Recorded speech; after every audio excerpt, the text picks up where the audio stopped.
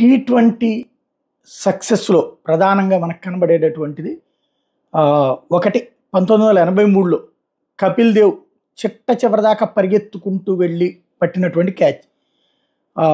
బాది వదిలిపెడుతున్నటువంటి బ్యాట్స్‌మెన్‌ని పట్టుకోవడం, అతన్ని కంట్రోల్ చేస్తే విజయం అన్నటువంటిది ఆనాడు నిరూపించబడితే, 2007లో శ్రీశాంత్ పట్టినటువంటి క్యాచ్ అట్లాంటిదే ఆనాడు విజయాన్ని, ఆనాడు వరల్డ్ కప్ను మనకి తెచ్చిపెట్టింది. 83లో ఒక క్యాచ్ వరల్డ్ కప్ను తెప్పిస్తే 2007లో మరొక క్యాచ్ వరల్డ్ కప్ను తెచ్చిపెట్టింది.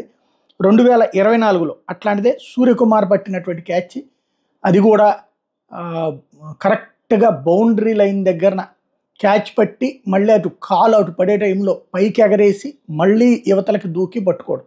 గతంలో ఒక్కసారి అట్లాంటి క్యాచ్ చూసాం. ఫైనల్లో అంత ఒత్తిడిలో తను పట్టినటువంటి ఆ క్యాచే విజయానికి కీలకమైందని చెప్పచ్చు.